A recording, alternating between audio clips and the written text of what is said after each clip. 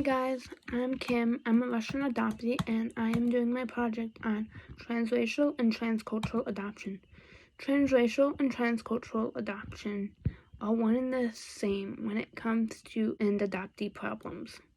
Transcultural adoption is adopting a child from another culture, while transracial adoption is adopting a child from another race. Between 1999 and 2012, the transracial and transcultural adoption has been raised by 50%.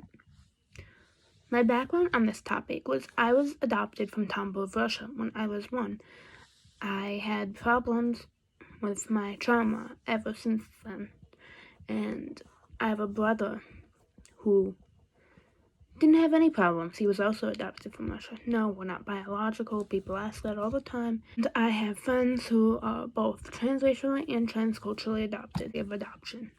In 1972, the National Association of Black Social Workers decided against adoption of black children by white families. National Association of Black Social Workers said that this was an issue because this only benefits the white families and that the white families are ill-equipped to raise a black child within a racial society.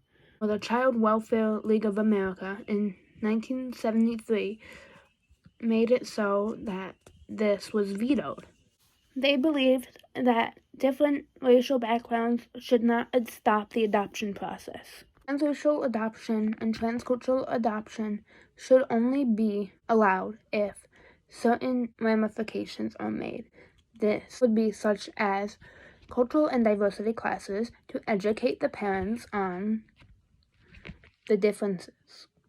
We need to understand the troubles of a minority child in a majority society.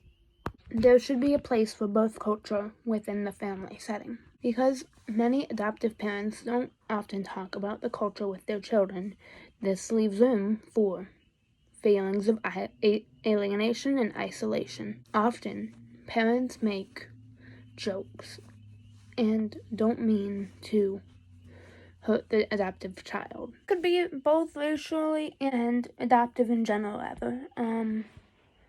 One of my mom's cousins made a joke. He didn't know I was adopted, and I was young. I threw my phone at him. Not my proudest moment. These might be racist jokes. These might be cultural jokes. This is a cultural superiorist joke. They are lowering the disposition of Russians to their culture. Their culture is on top of the Russian culture, basically, is what I'm trying to say. Intentional inconsideration is very common among adoptees. In fact, adoptees themselves forget they are different, according to Robinson, an author that I read from, searching. Oh, this seems like it's a sweet thing. It's really not, because of all the trauma that the child may face with the adoption, and then your parent forgetting that you're adopted. It's like your parent is forgetting all the trauma that you faced. Parents should be educated on diversity because this allows the child to speak freely with the parent.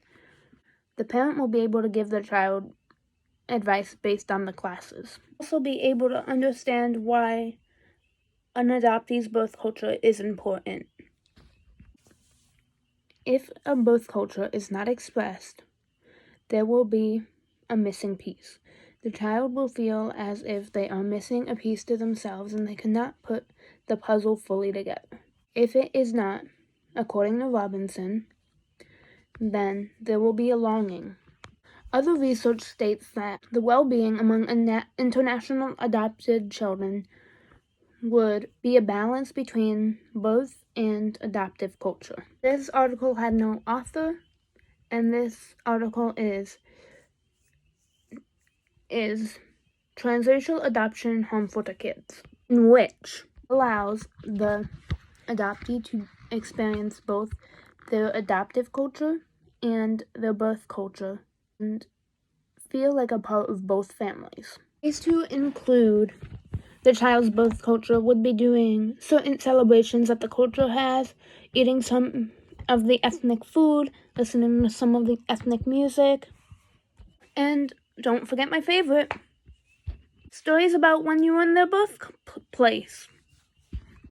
The argument against this is that adoptees should be grateful regardless. Parents are painted as the heroes. They save their children from bad situations. They grew up in their homeland. Their futures would look bleak. According to J.S. Lee, a better future often translates to being taken in by my white Christian parents in the West with money and means. I was considered lucky to have escaped the poverty and the crude treatment we would have endured in the homeland. I will be showing a clip of what life would look for Russians if they were not adopted. This also applies to other places in Europe and Asia. This is the story of Galia and children like her from all over the world who are left behind in orphanages without hope of ever becoming part of a family. All you have to do is meet one of these kids and you realize they deserve another start at life. They deserve to become second chance children. Children in Russia and China, Eastern Europe and Central Europe often end up in orphanages. Unlike here, we have found in our experiences that after a very short time here in the family, barring the language conundrum, these children adapt very well. Да. Уделано такой белый, его не белый, а он черный. I like to think of them as miracles because I see these children who've been in places where there's absolutely no hope for them.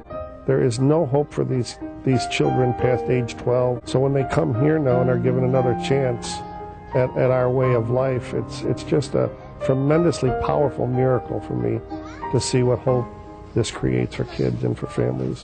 You see, older kids in orphanages have little hope of ever getting out.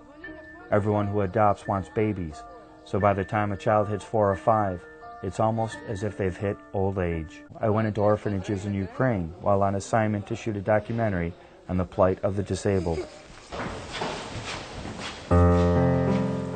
We followed kids through their daily lives. We wanted to know what it was like for them on any given day. We picked potatoes with girls from a Down syndrome facility. To eat? She says she's picking potatoes to eat. It became apparent quickly that they were the cast-offs of society. If a child has a disability or just nowhere else to go, one destination is the regional mental hospital. Behind locked doors is where they may spend the rest of their lives. Actually, they'll be working on a small farm within mental institution. This woman sings of a bird with a broken wing who is left behind by the flock, left alone. The chance of ever leaving here is slim. Another orphanage that we went to, the old military school that was falling apart and dilapidated. Rebuttal to this. I had intense memories of things from my life in Korea, but they would often surface in my dreams. At that time, as a young child, I would be unaware of my memories. I later learned in the late teens during therapy. This is by Robinson. Often is a sign of suppressed trauma. It is when your mind is protecting you from this trauma. Therefore, the trauma is embedded within the subconscious. Subconscious mind is hidden part of your mind from the rest of your mind. The fact is that you cannot simply get over that you are adopted and you are taken home out of your birth family and out of your birth culture. And to know if transracial adoption is really the right path to go for them, they will have to reflect a lot. This depends on the parent and their strong suits. They must include the birth culture within and fitting within their own family and be open to talking about adoption stuff, for the research of study, adoption trauma.